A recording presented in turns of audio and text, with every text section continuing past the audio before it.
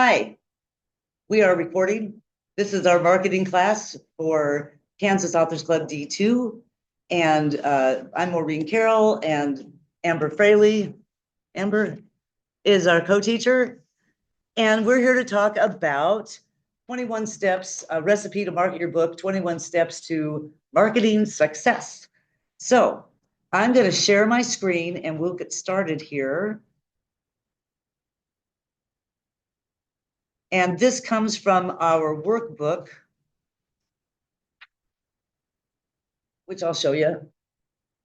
And we are updating it right now. And it is this. So if you already have the workbook, you can look inside and find this information. If you don't have this workbook, you can go to anamcara-press.com and scroll down to the bottom of the homepage, and you'll see a link to this book for free. And we talked about some things last time, preliminarily, mostly about the history of the court cases that are impacting our publishing. And now we're going to just jump right into this book. So here, the goal is to create a strategic plan for marketing. That's the deal. Because marketing is really hard for authors. I'm an author. I don't know many authors that enjoy marketing. There are some. Ann Anderson, I think she enjoys it, and she's fantastic at it. But most authors, I think it's a right brain, left brain thing. You know, when you're writing, you get into a mode. Your brain is in a certain place, and when you're marketing, you have to be out. You know, it's extroversion versus introversion. Contemplation versus trying to convince other people to buy your book, or very different activities. Right brain, left. Right brain, left brain. Yeah, I think that's what it is. So I think it's not intuitive for authors to market their book. And as a publisher, mostly what I see is authors expect the publisher to be able to make their book a bestseller. And that's one of the things the court case, the Simon & Schuster court case pointed out, was that's not true even for the big publishers. It's certainly not true for the small publishers, and it's absolutely not true for a self-published author. So all of those publishing options are good and fine. And the author, in every case, is still going to be responsible for getting their book out there. Whether they're with the big five or whether they're self-publishing, they've got to find the way to gain an edge, find their audience, set their intentions, develop strategies, determine tactics, set a budget, and establish a timeline. And so that's why we're focusing on those things, because every author is different in what they actually do.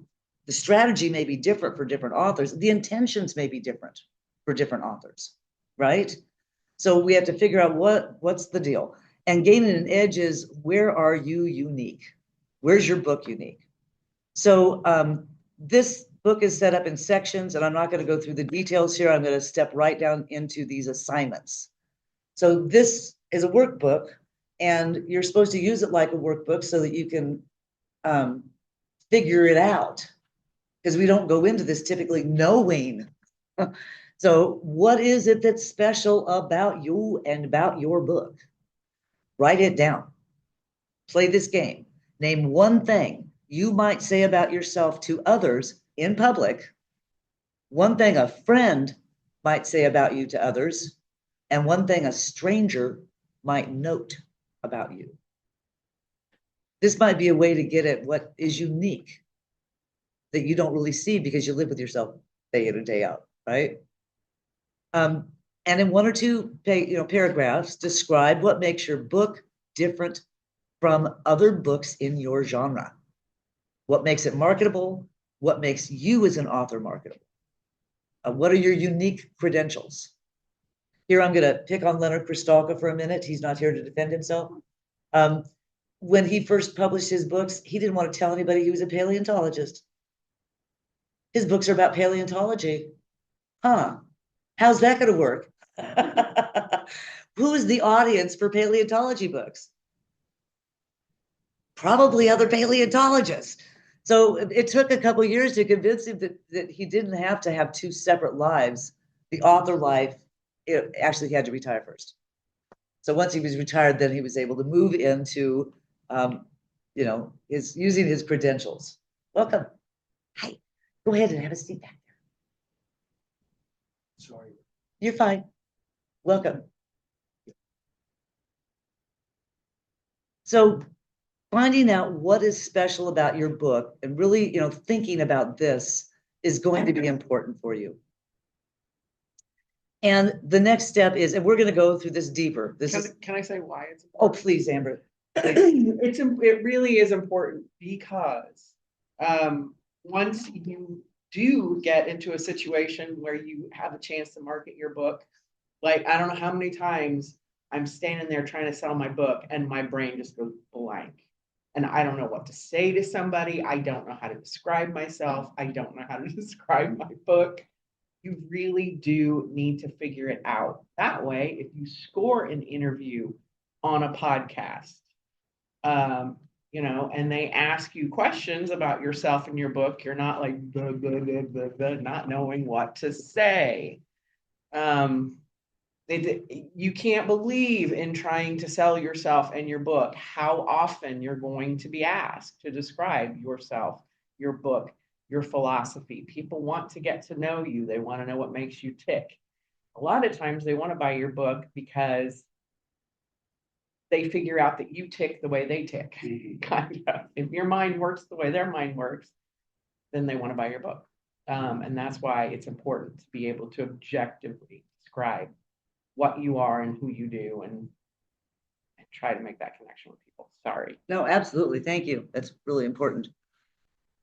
Crucial. So that's number one. And again, we're going to come back to all these. Number two is finding your target audience. So who's interested in this book? What media outlets do they reach, watch, listen to? There's ways of looking at demographics, married women with no children and a household income of greater than 50,000. People actually get down into that kind of nitty gritty detail when they're looking at who their target audience is going to be. I try and look at it a little bit more generally, but there's a lot of caveats. So I'll use my specific example. I'm writing, and I don't normally write fiction. This is kind of new to me, and I'm not a science fiction writer. I don't even read a lot of science fiction, but I'm writing a science fiction book. Where am I going to market that to when I don't know anybody in that community? Well, that's going to be hard. The other thing is I have an LGBTQ character in my book that's prominent. It's one of the main characters in the book. That's going to make a difference to readers. Some readers of science fiction, when they know it's LGBTQ, won't want to read it. And I have to be aware of that. So I have to actually, because I have a LGBTQ character, I have to market it as an LGBTQ book, even though there's a lot in it that has nothing to do with LGBTQ, right?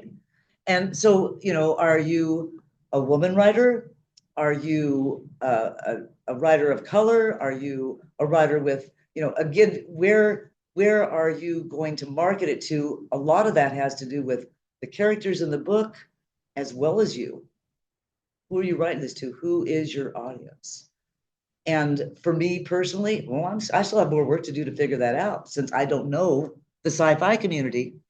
One of the targets that I'm going to do to find my audience is to start putting snippets of my book, unfinished, it's not published yet, onto sci-fi Facebook groups to see if I can get interest and feedback from people that read this genre. So, you have to be creative about it. There's some points to consider. Again, what are the demographics? Are there other groups of potential buyers you should target? In my case, LGBTQ. How would I find LGBTQ organizations and people in that sense? What are the primary needs of the target audience? And how does your book satisfy those needs? Why would they be interested in my book? Especially since I'm not LGBTQ. Why would they care that I've written this book? Right? And that's where, there's a lot of issues right now that were being brought up before our current political climate about, if you're a person of color, should you be writing characters of color? If you're a man, should you be writing women characters? If you're a woman, should you be writing man characters? What do you guys think? I mean, otherwise, Yeah. you're too restricted otherwise. Right. You cannot be a writer and not have the whole palette available, right? Would we even want that? Yeah, but it makes it challenging in our current climate to figure out, well, how are you going to market this? And are you going to, we've had some people that were, I don't know, use the word canceled, because it was found out that maybe they weren't part of the community, but they were writing about the community. So again, it's just something to be aware of when you're finding your target audience. And it's recommended that you do this when you write your book. I'm aware now, as I'm writing my book, I'm writing a book that I'm going to have a hard time marketing, because I'm not in the community that I'm going to have to designate that book as being part of. So there's some challenges here. What factors and emotions are likely to influence buying decisions? So, what's the current climate of where and who you're trying to sell your book to? So those are things that are going to impact this. And every book is different, so you have to answer these questions on your own as to how that'll impact you. A couple more here. In what ways, places, or media are your target buyers going to be easiest to reach? So, for example, the grief market, there's a guidepost magazine. They take submissions. And if you are a writer of grief and you got accepted a submission, an article into Guideposts, that would likely help you sell your book that was grief focused, right? And like I say, I'm targeting sci-fi magazines and Facebook groups. So how are authors of similar books describing and promoting their books is another way to go. You can look up your book's genre, find other books like your book on Amazon, scroll down and read the description. How are they describing their book?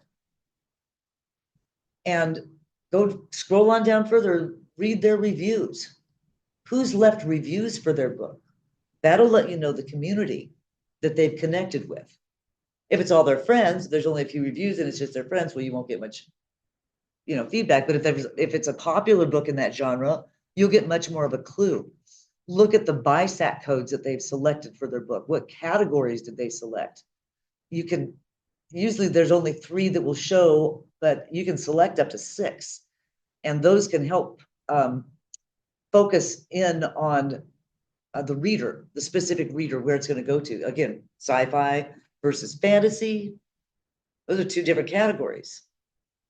I have to make sure I've defined my book properly. Is it sci-fi or is it fantasy? Because those are 2 different readers.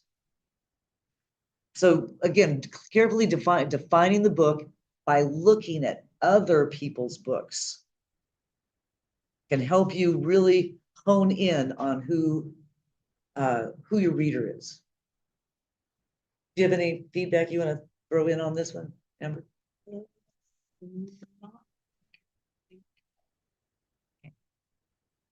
Scoot on down to the intention. So an intention is a broad statement of direction that is determined by your needs, wants, and desires. Anybody an intender in here? I used to be in a group called the Intenders. Seriously, we intended things. It was an intenders group. Tony, a guy named I can't remember his name. He started it. He wrote a book and started the Intenders Circle, and they sprung up all over the United States in the 90s. And so a friend of mine started an Intenders Circle right here in Lawrence, Kansas, Iris Wilkinson. And we did an Intenders group for probably about 10 years. We'd all get together and we'd set our intentions. I intend to do this month, or I intend to do this year. And then we kind of hold each other accountable. It was a fun exercise. That ended with 2022, but in any case, setting intentions. An intention is different than a wish or a hope, right? I hope my book's successful. Good luck. I wish my book would be successful. Good luck. I intend my book to be successful. Oh, that means you're doing something, right? Because if you're intending, you got action steps behind it.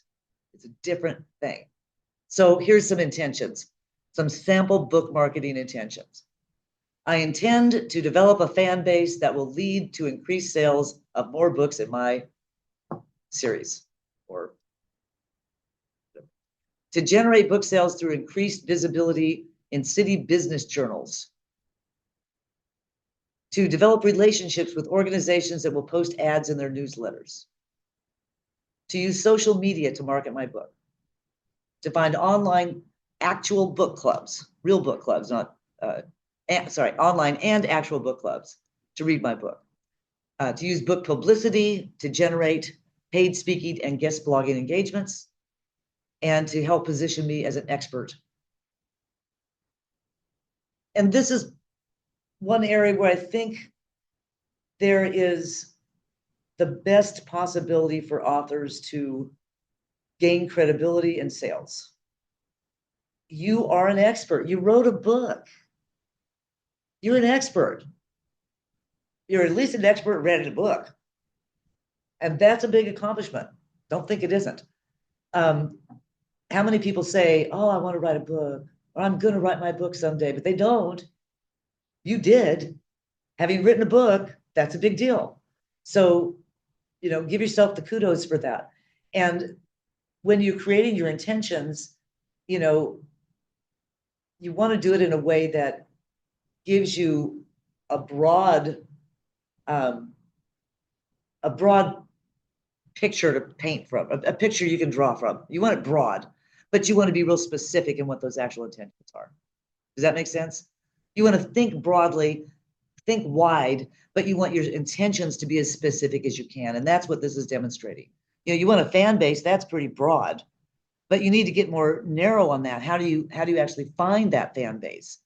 And then, so getting more and more specific with your intentions can be helpful. Any comments or suggestions from anybody on setting intentions for writing or for marketing? Would be kind of similar, like setting a goal and then writing action steps, for example. It'd be the same thing. Yeah, We're putting together a plan, not just a full plan. that's right. And actually, if most big five publishers, I'd say all big five publishers and many other publishers do a profit and loss sheet for books. They're coming up with a plan right up front. Is this book going to make money, and how? So what's your profit and loss?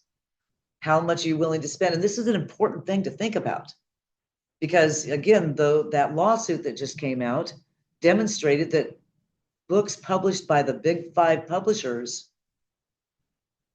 are lucky to make 10 grand. 10 grand. How much are you investing in that? The big five publisher, they're doing the investing. You're not. You've probably gotten some kind of a royalty from them, an advance from them. But what are you going to invest in your book if the most you can hope to get out of it is 5 to 10 grand? With setting intentions too, I would say maybe set a few that you'll do, that you can do.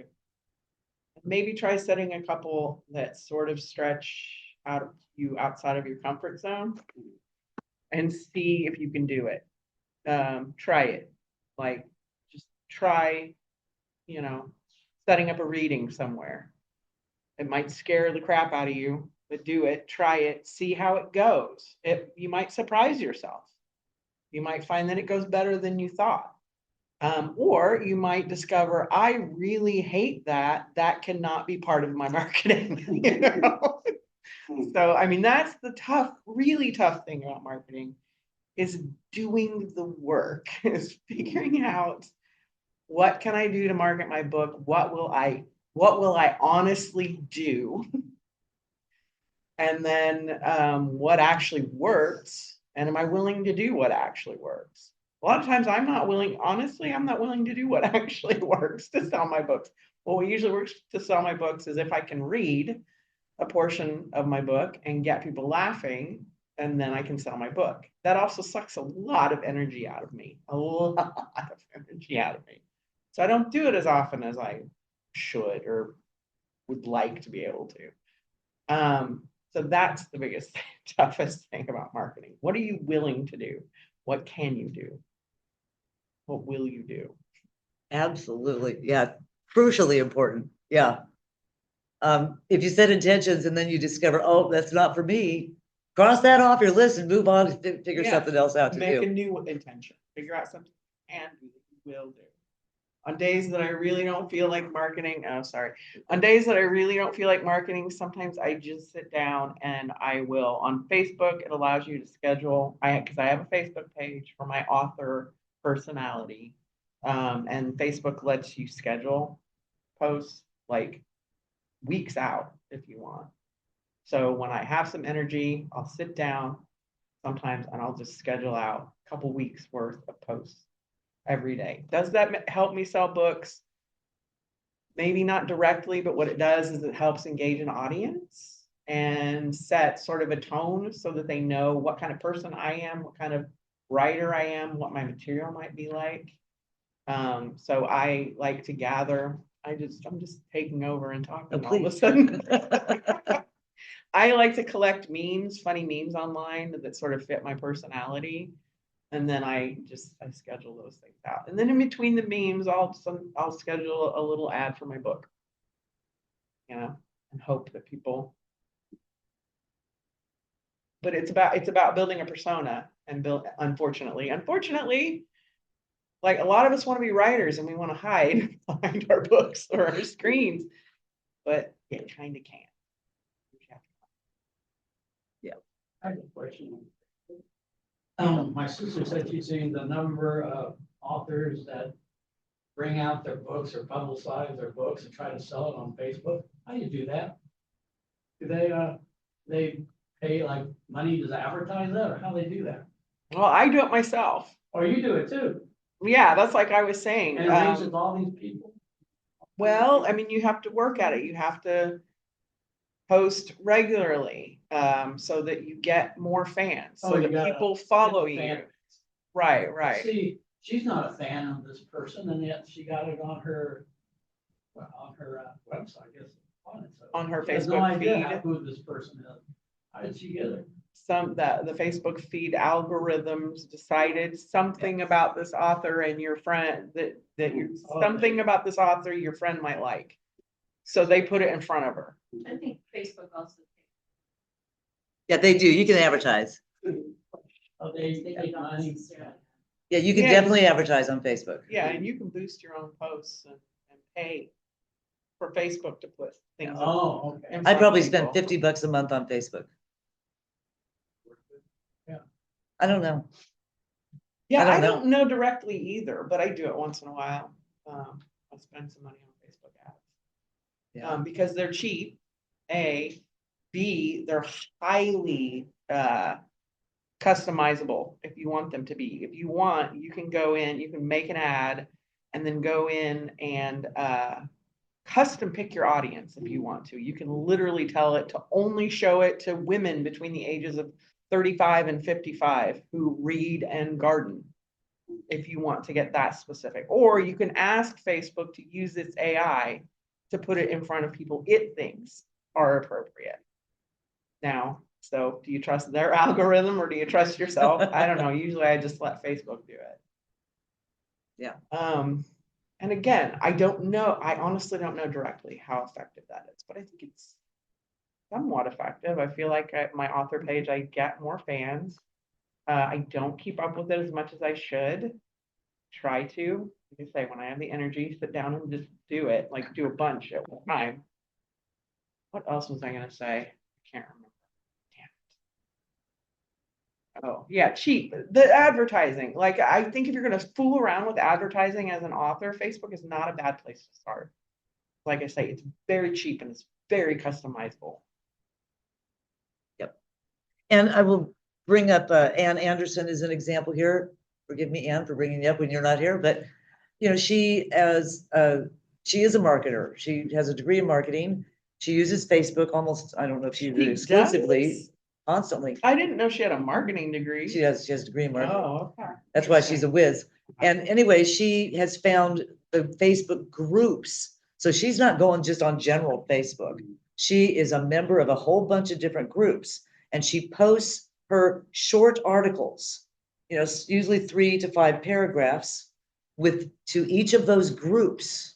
And she can pull a crowd to a bookstore because she does this regularly enough. She's got 50, 100. I've seen posts of hers that have 400 people that have given her thumbs up on her 3-4 paragraph articles. She's found her audience. Who is her audience? People that grew up on a farm in Kansas. Those are her audience. In the 50s and 60s. Particularly in the 50s, but anybody on a farm, really. She's got even young people in it because Or Kansas in the 50s. Kansas in general. That's right. She'll just she'll book herself. She's so good at this. She'll book herself an author event at a bookstore, and she'll literally just advertise it by saying, "Come and reminisce with me about the 50s and 60s." And her book, what's her book called? I can't think of the Posts of a Mid-Century Kid. Posts of a Mid-Century Because she Kid. pulled it from her Facebook post, and that's how she created her book. Right. They're all stories from her childhood, growing up on a farm in Kansas in the 1950s and 1960s. But she's literally just found her audience by saying, let's talk about saddle shoes and the good old days when, ice cream was real ice cream, that kind of thing. That's how she sells her books. She's brilliant. Brilliant. Absolutely brilliant. That's Yeah. right. So, I mean, we can't all, it's not the same technique for every author. Every author has to be different. But again, what am I going to do? Well, I'm going to join these sci-fi Facebook groups and see if I can't, and create a fan base for my book. You should consider, Comic-Cons too, for maybe selling your book. Right. And Comic-Cons. Yeah. Fantasy and stuff. And anyway, there's this topic. The reason why we're going through these steps like this is because this is so broad. As this book, we go further, as we go further down in this book, you'll see that we get into great detail on the social media advertising. And as a matter of fact, we're going to have a separate Kansas Authors Club meeting with people that are doing medium.com, writing on medium.com. So I know that it's very helpful for authors to talk to people who blog successfully, podcast successfully, and write on platforms successfully. So that's kind of when we get down into the weeds of this, those are areas that we'll get into much more detail on, and we'll have guest speakers that come in and talk about that kind of stuff. So, but here, number 4 is developing a strategy. So a strategy is the overarching approach. It's the big picture. Again, we want to start with the broadest approach that we can. It summarizes what the thinking is behind our efforts. And that's where, like Amber was talking about, if you can come up with, a short elevator speech about not only what your book is about, but why did you write it and who's it for? Those 3 things would make a big difference in your being able to articulate what it is you're doing and why you're doing it. When people say, oh, you wrote a book, tell me about it. Because Amber is right. Everybody I know, including myself, what am I writing about? Well, and then you start talking in this broad, long way that doesn't give them a summary, and you lose them. So we want to be really focused here. Some strategies on how to create the strategy is to record bullet points. Some examples: to generate pre-release buzz, I'll distribute free copies with requests for reviews and give free copies to people who influence my target audience. To focus on public speaking because I sell more books after people hear me speak. And to do as much marketing online as possible because I'm shy and uncomfortable doing interviews in person or events. Notice that 2 and 3 are mutually exclusive, right? That's 2 different people making those 2 different bullet points. So like Amber said, what are you going to be comfortable with? If you're not somebody who wants to go out and, be in front of a audience all alone, or go to a bookstore and maybe nobody shows up, get together with other authors. Kathleen Casca does book events with other mystery writers. And she'll pull them together. She'll call them up and bigwigs will come and join her. And they'll get a table together at mystery events. So she's not sitting alone. She's got other people in her same genre supporting each other, writing reviews for each other's books, sending out information about each other's books. Creating a community can be very helpful there, and take away some of the fear from going off and doing these things. But whatever strategy you use, it has to be based on your book and who your audience is. Dennis, can I use you as an example? Sure. So Dennis has a book that's written right now for teenagers mostly, but it's going to be a series. It'll also be a book for adults. Kids come last. And children come last. And he also has a teacher's guide that goes with this. So he has a whole program. So his broad strategy is to create a whole program, a comprehensive program that he can get to specific people who need it. And one way to reach those people, coming up with some strategies, is to find influencers in that area. One thing we talked about was the education system, getting into the school system, getting into military ministers, people who work with people who might have trouble, because the book is How to Be Happy Being You. And so finding, yeah, What you said, I mean, that was a great. Oh, yeah. absolutely great suggestion. So those, because of your book's special focus, your strategy is going to be different than my strategy for my sci-fi book, right? Completely different. How will I find my readers? Well, I'm going to find them probably online or in Comic-Cons, in sci-fi events. You're likely to find yours in more professional areas. I might do better with Facebook. You might do better with LinkedIn, because LinkedIn is for professionals, right? I would still do Facebook too, doesn't hurt, but LinkedIn might be your go-to place, because that's where the psychologists and the teachers and the other professional people are that would be interested in buying your book and share it with others. So that strategy is going to vary based on the book, the target audience, and what you're willing to do. And that is going to determine your tactics. Once you've got your strategy, then you come up with the tactics. Well, how are we going to actually get into the school system, or how are we going to actually attract those sci-fi readers? So tactics are the actual steps of the plan, the action steps that will get exposure for the book, and they vary widely. So number one here, getting pre-publication endorsements. That's true for every book. Every book needs to have blurbs from readers before it is published. You don't want to wait till after it's published. Who will read it? So we have to be willing to get out there and let people read the book before it's done, give us feedback on it, change the book based on that feedback. I mean, you might realize, oh, people didn't understand what I was talking about. I need to make some changes to this. Seek those reader reviews. The people that get involved in the book early are likely to read reviews or leave reviews on Amazon and Goodreads once the book is published.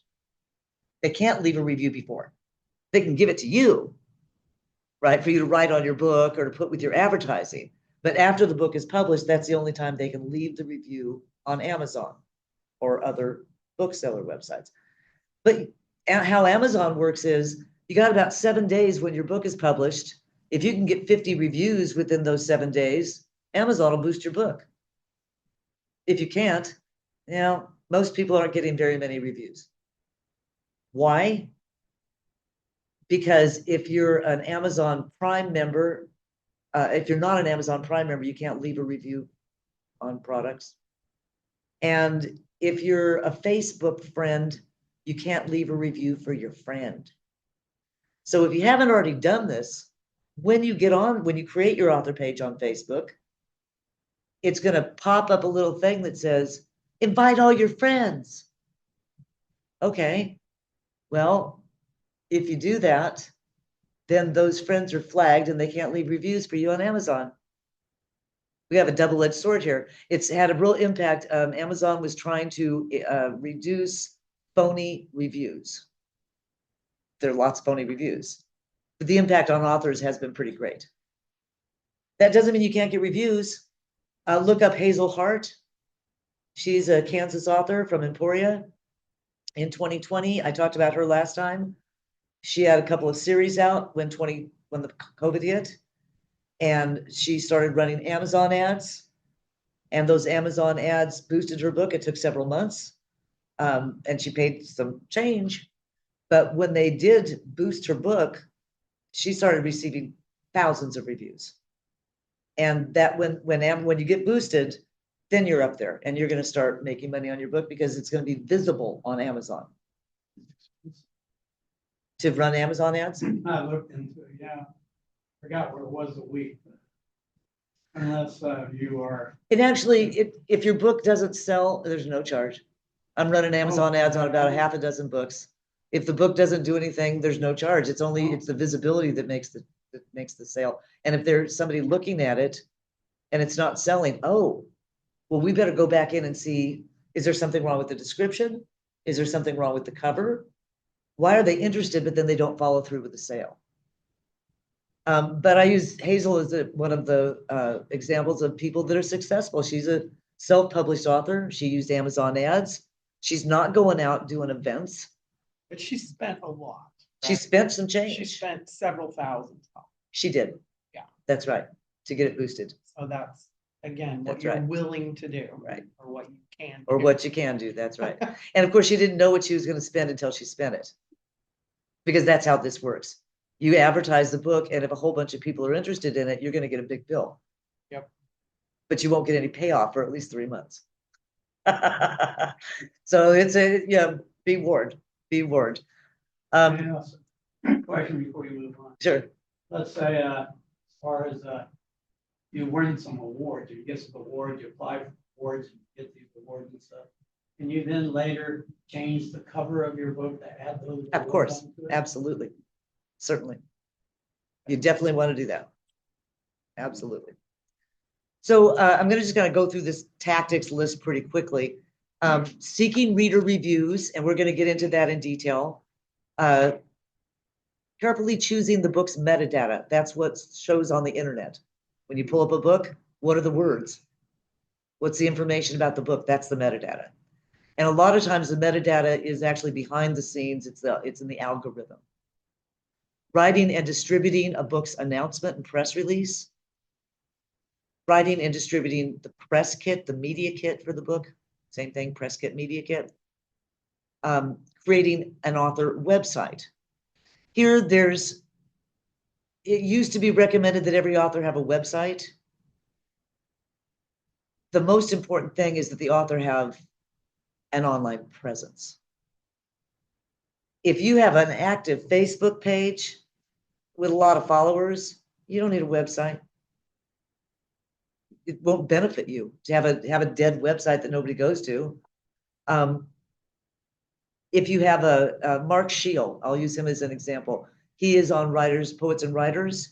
He has a representation on their website. So he has an author page on Poets and Writers. I think he pays an annual fee for that, but it's far less than maintaining a website. And that gives him an online presence that he can put at the bottom of his URL on all the emails he sends. He can put the URL on all his emails and send that to everybody so it has his information without the expense of creating and maintaining a website and all that sort of stuff. So it's real expensive to create and maintain a website. There are options is what I'm saying here, but you do need an online presence. And it may be helpful to have a landing page, a separate page for the book. Now this is for self-published authors, because if you're published, there is a page for your book. But if you're not published, you're going to need to have children. You're going to need to have some kind of a landing page for your book if you're not published, so that book is visible and you can send the page to people. And it's also recommended that you have an Amazon page on author. Some authors have chosen to boycott Amazon. And I have seen success with that.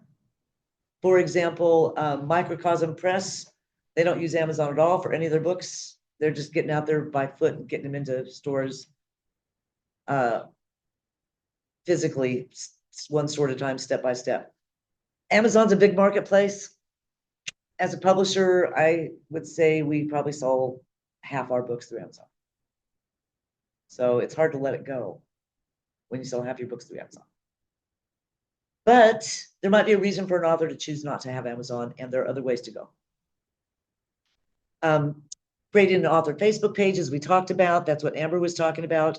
Creating a Goodreads author page, even more important, because that's where readers go to share information about authors. Facebook is where people go to share cat pictures, right? So Goodreads is really where, you know, if you can spend some time on Goodreads and on other reading platforms for authors, that's a good place to be. 11 is scheduling the book release and author events. And 12 is engaging in social media by posting and tweeting pre and post release. That's just a page, a website for your book. It could just be a single page. It doesn't have to be an interactive website. It's just a page that people can bring up and, oh, there's the information about the book with the cover and a link to where to buy it. So, one thing that I think a lot of authors get bogged down in is the release date. So you have to pick a date to release the book. That's important, right? You have to have it, you know, when is it going to come out? But the expectations that the date of the release is suddenly the culmination and everything's over now. Oh no, that's when it starts. That's when it starts, right? Now, hopefully you've already done a lot of preliminary marketing before the release date. On the release date, now you start marketing with the book. It's not over. Now you've just begun. And most books, you know, the big 5 publishers don't give books more than about 6 months, but most books take 3 years to market.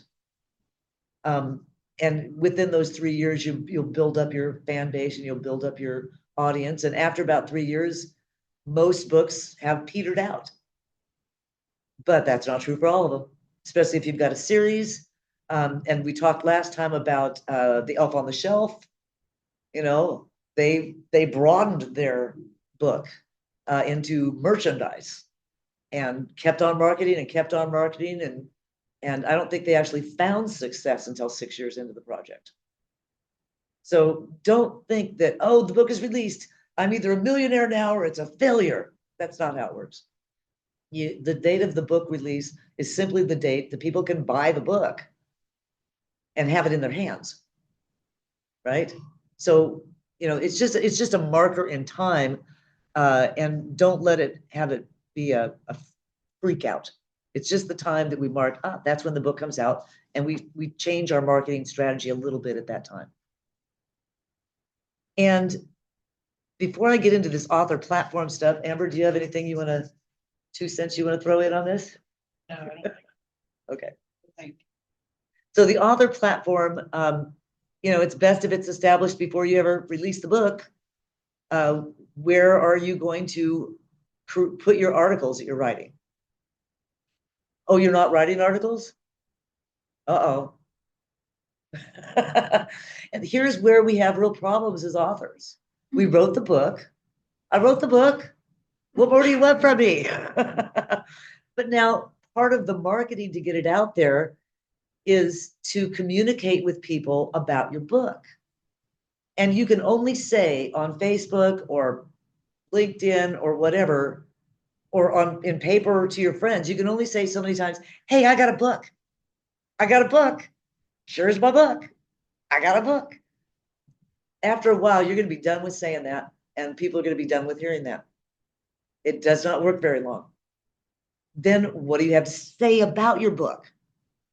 And you don't want to republish your book on Facebook a paragraph at a time. Instead, you want to write about, why did you write your book? Who did you write your book for?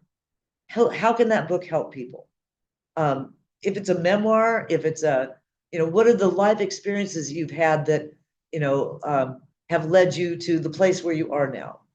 Using Anne as an example again, since her book is about events that happened in her childhood, she'll talk about the birth of a cow or her grandma's pie in a few paragraphs on Facebook. So she's not rewriting her book on Facebook, but she's writing a little bit about something that's related to her book. She's writing a short article and posting it. And at the end of the article is a link to her book or the information that says, I wrote this book. So that when somebody reads that short piece, they go, oh, yeah, I want to read more. And they go and they look for her book. Posting the excerpts and the teasers, it can help to pull excerpts out from your book and highlight it. But again, you can't do your whole book that way. YouTube videos, having you read or having someone else read a chapter from your book and post it on YouTube, or an interview of you talking about why you wrote your book or how you wrote your book or who you wrote your book for. And as we talked about, Facebook advertising, you can do live events on Facebook. You can pull people into your living room and stream it live and talk about your book and share it with people on the internet that way. LinkedIn advertising, I have not ever used. Has anybody used LinkedIn advertising? But they have it. At Twitter, Instagram, it's not Twitter anymore. That's how you know this. That's why we're updating this book. There's one. Facebook groups. You can create a Facebook group for other authors and get together with people, help leave reviews for each other. That's a way to get more reviews, is to get together with other authors, read each other's books.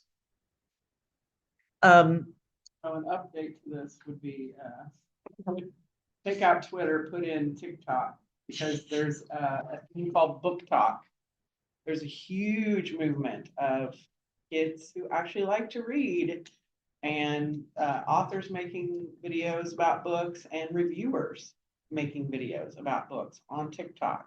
And they usually will mark it with the term book talk, so people know to look for those videos. Yep. So then local, regional, and national media attention. Again, that's where, we have a problem with that right now because we've lost media. So there's more online media now than there is print media. And, we do have a local paper here, right? We've got a local online paper. We've got a local print paper. There used to be 5 print newspapers in Lawrence, Kansas. 5 print newspapers in Lawrence, Kansas. 5. Yeah. And now there's 1 barely surviving and 1 online. So we've got a media issue here. And that's why that's probably not the best place to focus your attention. Bylining articles for trade magazines. There's still magazines out there that might fit. Again, Dennis, to use you as an example, there's, what about Psychology Today? Write an article for them about what your program is and how you've used it in the past and how your book is meant to promote that program for the general population. Yeah, and then make sure that you have in your bio your little, most, if you write articles or opinion pieces or whatever, they usually let you write a short bio. Dennis, what's your last name? I can't think of it. has recently published the book, blah blah blah, right? So you have your article about psychology, and then down at the bottom, Dennis Hargis has recently published the book, and then give the title, and that sells books. For real. On something like that, is it helpful for him to give his credentials? Oh, absolutely. Yeah, you want to give your credentials and the name of the book. And maybe say something like, ask for it at your favorite bookstore. Or that's another thing to tell people as an author. Ask for my book at your bookstore. If somebody that calls you from another town or another state and they say, I heard you wrote a book, where do I find it? Instead of directing them to buy it on Amazon or even buy it from Animal Car Press. I mean, it is better if you can, if you're a small author, get your friends to buy directly from you or directly from your publisher as opposed to Amazon. But the other option is to say, go to your local bookstore and ask for it, because then you get it in the bookstore. That's how you get your books in bookstores. Having friends ask, ask your friends to do that. Tell them, please. Go to Here your, there's a bookstore, then go and look it up and. and They order it. actually. I mean, Friend probably has to actually buy it. has to buy it. And some will, like the Raven, will order in a book and they'll just sell you the one book. But other bookstores might consider ordering more than one and putting a few on the shelf. Especially if more than one person goes in and asks for that book, then they have some incentive to put it on the shelf. So that's very important. It's a pain in the butt to market because it takes work. Oh, boy, is that ever true? You have to be willing to stick your neck out. Gotta be willing to stick your neck out. Yeah. So yeah, those byline articles can be very helpful. Mhm. Pitching article ideas to the press, again, depends on, where your press is and what you're looking at there. But there is, like there's Lawrence, online Lawrence magazine here, Lawrence Times. And they take articles from Sure. freelance authors. So, you can pitch them an article. Radio interviews, we can sign you up and others up for, we have a radio program here in town, Timeline Radio, run by Clinice Hills. And she does interviews with authors. And of course, there's KLWN here locally, and there's the national NPR book review thing that, of course, it's gonna be hard to get on that, but start with your local area and move out into the larger areas there. And blogging as a guest blogger, there are lots of bloggers. And I talked about this with an author the other day, and they thought, do people still blog? Oh, yes, they do. Oh, yes, book blogging is big. Book blogging is big as ever was. Aren't they all podcasting now? No. Because what book bloggers do is they'll select books from different authors and they'll put one a day up on their platform, on their website, because that's what they're doing. They're blogging about books. The people that come to their blog want information about new books. And they're essentially, reviewing these books and putting the information out there to readers. So blogging is still hot. And there's book bloggers blog on different topics. So there's sci-fi book bloggers, there's memoir book bloggers, there's history book bloggers, psychologist book bloggers. Find a book blogger in your niche. Just type into the search engine book bloggers for science fiction, and you'll get a slew of them. That's exactly what they do. And then you send your information about your book and yourself. And one of our authors, Kathleen Casca, I think she's done 15 of these this year in 2024. Not this year, but in 2024. And most of them, she's not present, right? They're reviewing her book and they're putting the review online. Sometimes they'll interview her, but again, it's often a written review. Sometimes it's videoed, but sometimes not. It's just, so you don't have to be present. You're sending the information in. You don't have to go anywhere. You can do it all from your couch, right? It makes it a very easy way to market if you can get into this. And it can be a really good way to reach readers. So let's see, sorry, I've lost my spot now. The virtual book tour. This can be helpful as well. And that is done often with bloggers. You don't have to go anywhere. You create a Facebook event or a YouTube event, and you can share it with others. I didn't mean YouTube, a book talk event, and you can share it on YouTube. Do you have any suggestions about that, Amber? The virtual book tour? The virtual book tour. Yeah, you could do that in conjunction with other events, especially like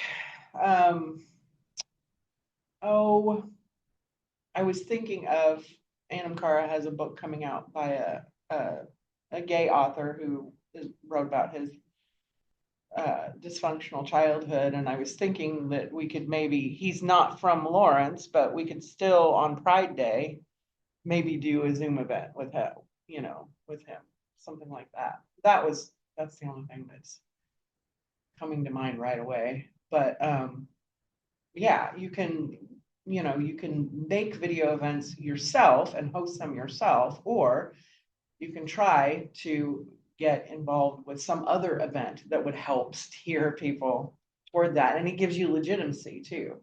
If you can align yourself with a festival or a certain group. Does that make sense? Am I making sense? Yeah, yeah. I mean, the virtual tour just means that it's online. It's online. It's online. So, what you're doing maybe, again, from your own living room, somebody interviews you. We do a YouTube video, we do a Zoom and put it on YouTube and show it that way. That's all that really is. Making it into a book tour requires the strategy and the planning where you say, okay, this week I'm going to do a podcast on this show. And next week I'm going to share a YouTube video. And the next week I'm going to go on a blogging platform. And the next week, so again, you're setting up a virtual tour. You're not going to different bookstores. You're Is your sitting in book your living room. religious? Well, it's a history that's involving church politics. Oh, I see. But Okay. it's not really Okay, so like, it's fiction. it's a mystery. Okay. Yeah. It's a It's a mystery. murder mystery. But still, you could go talk to church groups, church Oh, yeah. book groups. Oh, yeah, sure. There's all kinds of Yeah, church yeah, groups that meet. that would be the niche audience. Right. Yeah. And I was thinking for you, if it was a nonfiction book, I'm sure that churches invite speakers in Oh, yeah. over video, over Mhm. Zoom or whatever. So that would be an example. Mhm. Yeah. And finding other books like yours. I can't think of the name of it now. My husband read this book and it was a series and it was all about in England and a minister and a murder. Oh, yeah. You probably know the book. Well, also Chesterton wrote the Ground series. Oh, right, of course, that one, That's yeah. an old one. Yeah, there's- but still. There's other ones too. Yeah, it's old but successful. So Right, that's a yeah. great place to like, well, what did they do? How can you follow that kind of plan? Exactly. Right, or, saying to people, if you enjoy Father Brown mysteries, you might enjoy mine. Yeah. So scheduling speaking engagements, and again, this is like doing a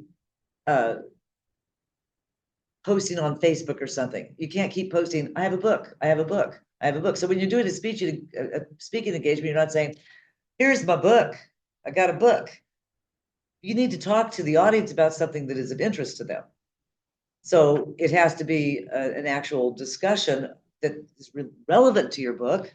It was drawn from your book, but is actually a topic. And maybe you want to have several topics that you can present when you're doing speaking engagements. Attending book fairs and festivals goes with speaking engagements. Book fairs and festivals cost money to attend. If you are a presenter, you can get on a presentation panel at, for example, the New Orleans Book Festival. And as a presenter, they will pay you. So instead of you paying to go to the festival, you get paid to present at the festival. And as a presenter at the book festival, your stacks of books are right up there when you're talking to people. And guess what they do when they see an expert present at a festival? They buy their book. And the books, for example, with the Tulane, New Orleans, the festival in New Orleans at Tulane, they keep those books in the bookstore for a year. So if you get a speaking engagement, your book stays there in the bookstore. And they buy more if people buy them. So you get sales from this. It's a great way for an author to start to gain an audience is by going out and doing presentations at relevant book fairs and festivals. And again, seeking awards. Typically, this is within a year of the book's release. There are some awards that allow you to apply later, after a year after the book's release. But these kind of tactics are tangibles, and selecting the right tactics can help you achieve your intentions. So at the beginning, we set our intentions. Now we're down to the down and dirty details of how we're actually going to make things happen, make those intentions happen. And last two bullet points here are setting a budget and the timeline. So once you've finished listing out your tactics, you're going to have to look at the costs. Okay, well, what are you going to spend on Facebook ads? What do you want to spend on Amazon ads? How much time do you want to put into traveling to book festivals? Are there local book festivals that you don't have to travel to? And again, you have to think about what is your budget and how to get the most bang for your buck. And then the timeline will help you to manage your strategies and tactics, by thinking about the long term of this. Making sure you send requests for book reviews early so that before your book is published, you already have reviews. Planning the tour, whether it's a virtual tour or a in-person tour, and starting to build up relationship with bloggers before the book comes out. Then after the book comes out, you just keep doing those same things, right? But you've already started to boost your book before it's actually released. So pulling all this together, once you've reviewed, customized your timeline, completed the marketing plan worksheet, which we're getting into next, then you're ready to actually write a marketing plan narrative. And that's just a page that says what you're going to do, what your actual plan is, and what you expect to spend on it. Are you the one, or did you talk to me about, or said something about postcards? Yep. Okay, postcards. So that would be a cheap way to get out to people, right? That's the plan. Postcards. Yeah, so we started making the postcards that has a QR code on the front, QR code. right? It has a picture of the book on the front, and on the back side, it has a description of the book and how to get that book. And because it's a postcard, there's some benefits from it. When somebody receives a card in the mail, as opposed to an email, I don't know about you, but if I don't know them, I may go through and just delete them all right off the bat without ever opening that message. A card with a book cover, a pretty book cover that comes right here and it sits on your desk. Oh, well, you're going to look at that. And research shows that that card is likely to be picked up 3 times before it's thrown away. So an email message may never be read. A text message may never be read, but that card is likely to be looked at. And if it's going to the right place and they like it, they might buy it. So that's the goal. And buying 100 postcards, it was $30. Postcard postage is 57 cents. That means it's $87 to reach 100 people, or potentially reach 100 people. That's pretty good bang for the buck. As opposed to an ad, which you could run for $399 that might reach people. Might not, you'll never know. And that's another thing that's hard, is to track your book sales real time while you're making your efforts, so you know what's paid off. That can be helpful. And there's a little bit of problem with that, because like Amazon is about a 3-month delay. You're not getting accurate current information real time. It takes about 3 months before you get accurate information from Amazon. But you can still look at it and see what general information on Amazon or other platforms that you're selling on can show you. Whether you're publishing yourself or somebody's publishing for you, you can still track that information. So you can see when your efforts are paying off. But usually, you're not going to see it for 3 months, right? You may not see it in real time. So here is the worksheet. And we've been talking about this. This is the part where you're supposed to do something. So far, you've been passive listeners to this information. This next part is for you. You first read the assignment description given in section 1 and let it simmer. And second, free write your responses and jot down anything you can think of. And I've got some paper over here. I'll let you guys go ahead and pass this. And I'll pass around extra paper if you want a piece of paper, and go ahead and sign in if you will. So you can just do this on your own, gain an edge. You will gain an edge by what? What are you going to do to gain an edge? You're going to find an audience. How? First off, who's your audience? Write down 3 potential audiences. Your intentions, what are they? Write them down. We've been talking about this for a while now. What are those intentions? My overarching approach to marketing is, and this is where you kind of, you want to think about, I'll use me for an example. My overall approach to marketing is online. I do not expect to go travel to give my book information to people. I do not expect to do a physical book tour. That's too much. I'm not going to do it. I got a new grandbaby. So I'm not going to be out there marketing my book by traveling state to state or bookstore to bookstore. I'm going to be doing my approach online. So that means that's going to impact my steps and my strategy. What will I do online then? Since I know up front, I'm not going to physically go out there. That's going to be a different strategy than Dennis, say maybe you, who's going to go out there and physically be at events. We got different strategies, right? And then that's going to impact the tactics. So my tactics are going to be, online. What am I going to do online?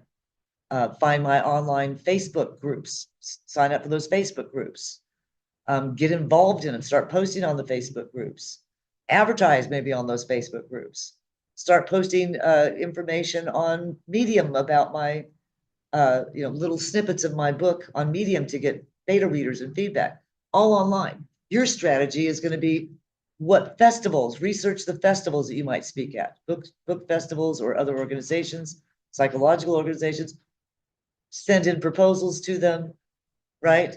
Different strategies for different books. Yours might be communicating with church organizations. I don't know if you would want to go out, again, based on your strategy, are you going to go out and do stuff? Are you going to, right. So if you're interested in doing that, then that's part of your strategy. So it's all going to be based on, what you determined is your willingness, your strategy, what those tactics will be. When you're doing that, you're having a second book. I was talking to Vicki and she says the second book will be more influential and powerful than the first book. So when you're going out and advertising, do you also mention the second book? Yep. That will be coming out? Absolutely. Follow? Absolutely. And that's a part that's actually hard for a lot of authors too, is you get a book out and people like it, well, they want another. They don't want the same one over and over again. They want another book now. You got a series. Well, where's the next one? Look what happened with Game of Thrones. He didn't get that last one out in time, and people started making up the ending. They did. And they were angry at him. Where's your book? Where's that book? So they don't want the last book. They want the next book. So if the first book may not find your audience, the second book finds your audience. They go, oh, he's got a first book. That's why it can be helpful to have, keep writing, have another book. And again, set your budget and follow your timeline. What are your initial costs? What are you likely to make on the book? Think about those things when you're planning this so you don't put yourself in a position that you're uncomfortable with. I would say that if you do a lot of expenses, you can get that back on your taxes. So if you might be getting, like I did, 40% back. You only get a certain amount that you can do a year of an expenses. But of that one, I think it's $5,000 for me it did. So you can only take off up to $5,000 for your expenses, but you get about 40% of that back or something. So that's very helpful when you're planning. Very helpful. When you're doing all this. So even though you might be giving out a lot for your expenses, you can recover some of that back. You have to keep track of it. So. Yep, you definitely have to keep track of everything. You want to keep track of your expenses. All receipts. Yeah. Right. Yep. So anything, Amber, you want to add to our? That's okay. And any questions?